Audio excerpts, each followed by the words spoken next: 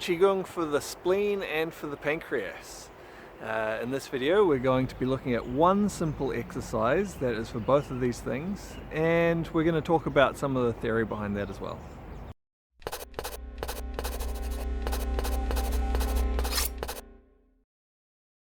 So I'm going to get straight in and show you the exercise because I know a lot of you that's what you want to see. But then afterwards I'm going to talk about the theory and adaptations and a whole range of things to help to understand this exercise better. So this is the exercise. It's called Crane Looks Behind, and it is good for both the spleen and the pancreas. I'll show you two different versions of this exercise, well probably three variations actually, and then afterwards I'll talk about the connection between the spleen and the pancreas and a whole bunch of things like that. So here is the first version of the exercise. We put our feet a little bit wider than shoulder width apart. We make crane's beaks. That is a shape like this, all of the fingertips together. So feet a little wider than shoulder width apart, crane's beaks. We breathe in. We keep breathing in as we turn to the side, extend the arms. Breathe out. Keep breathing out. Breathe in. Keep breathing in. Breathe out.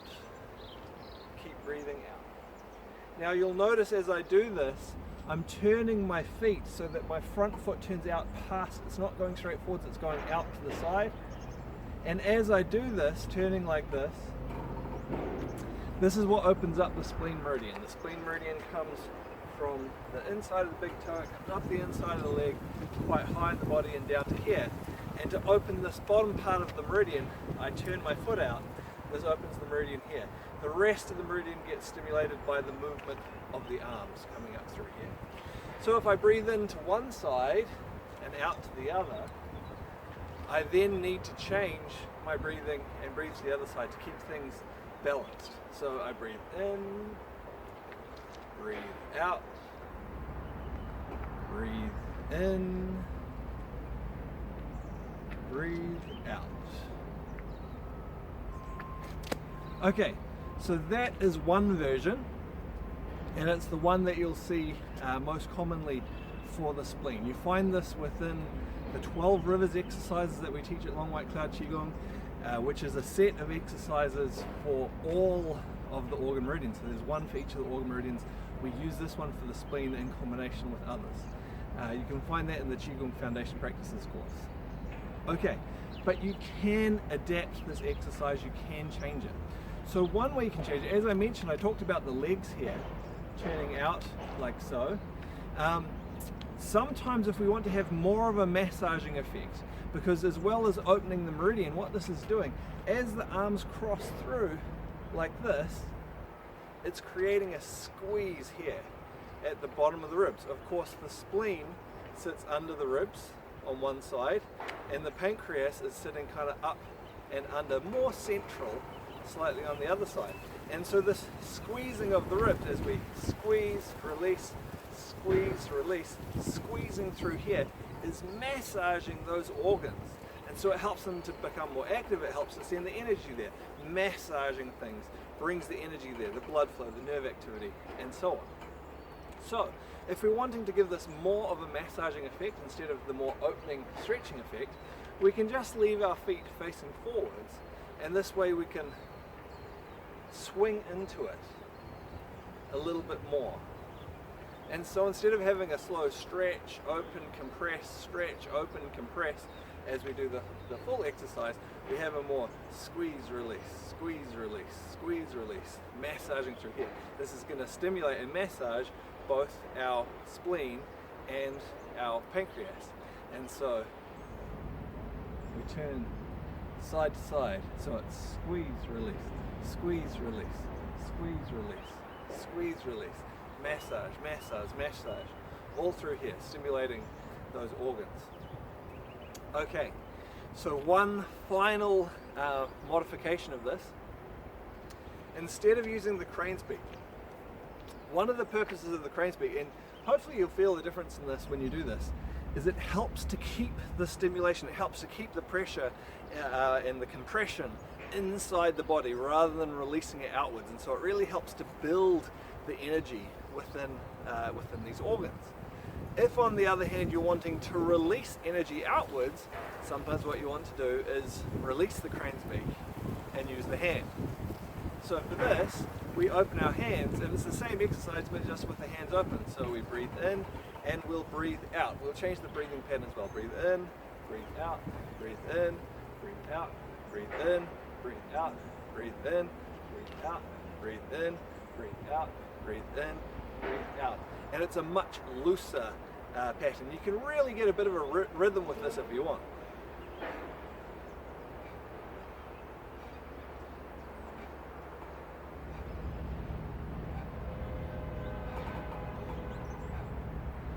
Harder for me to talk, but I do it with more of a rhythm to keep the breathing going. And we get this idea of just releasing out, releasing out. Okay, so now to talk about it a little bit more and explain a bit more of the connection between the spleen and the pancreas. So in Chinese medicine, the spleen is responsible for taking the energy from the food and moving it into the bloodstream. This is not, I mean, the spleen generally isn't all that well understood in Western medicine. Obviously understand some things about it, but we don't give it a lot of strong roles particularly. But we do recognize the role, a specific role with the blood in Western medicine as well. So we've got that connection as well. So this business of moving the energy from the food into the bloodstream, what's that about? Well, there's a different role about blood with the spleen, but then if we think about the pancreas, what's the main roles of the pancreas? Insulin. Insulin is used to get the sugar, the energy from food, and actually get it into the cells. And so there's this connection in terms of that role, in terms of that function between the spleen and the pancreas, of the blood and actually insulin in the blood to take the energy from the food and actually get it into your cells rather than just having it bouncing around in your system. Geographically, they are a little bit separate.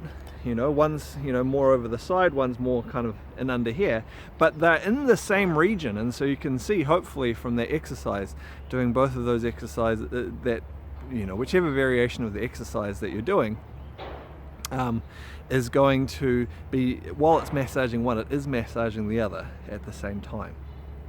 Okay, so moving on from that, what else is related to this organ and in fact to this exercise?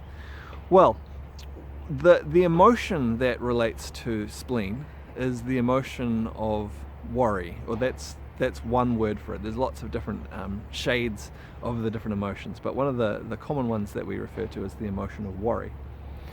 If you think about your breathing, if we bring the breathing into this, and we think about what worrying is. Worrying essentially is to think of, or prepare to deal with something. Like you're trying to sort out how to deal with something and then not managing to do it. So then you try again and you don't manage to do it. You try again, you don't manage to do it. And we normally think about this maybe in our mind, but worrying also applies physically. If you think about, if a dog worries something, it's when it picks something up and it shakes it, and it shakes it and it shakes it some more until it comes apart. Worrying, thinking about things, can actually be very productive done in the right way, because you come at things from different angles until you finally solve it. You finally figure stuff out. That can be really useful. But if you're just doing the same thing repeatedly, they say it's the definition of madness to just do the same thing all the time and expect a different result. If you're not actually thinking in a productive way, it becomes very harmful. So back to the breathing, what does this have to do it? Well, if you're preparing to do something difficult, something strenuous, maybe you're going to lift something heavy, maybe you're about to sprint in a race, maybe you're about to jump off a cliff into the water, what do you do with your breath before you do that? You breathe in, yeah? Because you want to be full of breath for a number of reasons, both so you've got all the oxygen you need for whatever you're going to do, but there's also internal bracing aspects of that and so on as well, that you want to be full of breath before you do this. This isn't going to be an in-depth instructional about breathing. The Release the Power of Your Breath course is really good for that. But we breathe in. So what happens when we worry about something? We breathe in, preparing to do it, and then we don't breathe out all the way, because we don't actually do it, before we breathe in again. So we breathe in, don't breathe out all the way, breathe in, don't breathe out all the way, breathe in, don't breathe out all the way. I'm going to shift the camera again so I can demonstrate something to do with this. So for breathing, the prime mover of our breathing is the diaphragm muscle, and this is a dome-shaped muscle that sits underneath our ribs. And so when we breathe in, it contracts and pulls down to draw the air in. When we breathe out, it relaxes upwards for the air to come out. So if we're worrying about something in an unproductive way, we breathe in and we don't breathe out. We breathe in and we don't breathe out all the way. We breathe in and we don't breathe out all the way. And so rather than our diaphragm muscle having a big full movement, it starts to have a stiff movement where it never breathes out all the way, and the diaphragm muscle itself becomes stiff. So this is the same area here that we're squeezing and massaging with this exercise. The diaphragm muscle is really, really difficult and uncomfortable to massage. You can do it, and a good massage therapist can do that. You can't massage the whole diaphragm muscle with, external massage, but what you do is you dig in under the ribs and you massage all the way around here, and it hurts like crazy, but it can help to release the muscle. Or you can use movement to do it. Much more gentle, and this is nothing against that massage technique. It's very effective. Sometimes you might need that, but this is something you can do in a more gentle way. And so as we're doing this, you might be able to feel, as well as squeezing those organs, it's stretching and pulling and massaging all around the edges of the diaphragm muscle. And this helps to release the worry. So instead of the diaphragm becoming stuck like this, it starts to release and move more fully. And you're able to move through whatever the pattern of worry is. You're able to get the blood sugar into the cells and use it, rather than it just staying in the blood and having elevated blood sugar levels and all the problems that come with that. In addition to this, if you think about the nature of the exercise, you can add some psychological reinforcement to this as well with the exercise, depending on what version you're doing. So if you're doing the one where you open your hands, you can use this as a way to, in your mind, associate this with releasing worry. So we breathe in and then we breathe out. And it's like you throw something away. Breathe in, breathe out, like you throw something away. Throw it away, throw it away. Release, release, release, release, release, release, release. So you breathe in, take it in, breathe out, let it go. Breathe in, take it in, breathe out, let it go. Okay, so for those of you who have been watching this vlog channel for a while, you might be thinking, that's getting pretty instructional there. And I did say that I was going to keep most of the really instructional stuff on the Long White Cloud Qigong channel and on the website.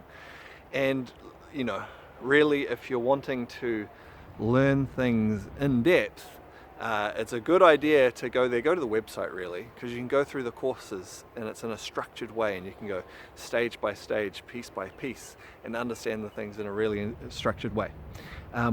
I will do more, slightly instructional things on this channel from time to time, and there's a reason for this one in particular. It was because someone asked me a question, which is great, but also this is actually going to be a 3-part series, because she had another question as well, which I'm going to answer in the next one, and that's going to lead into a third topic, which I'm going to talk about in the last one. And so these are sort of building as discussion towards that. So stay tuned.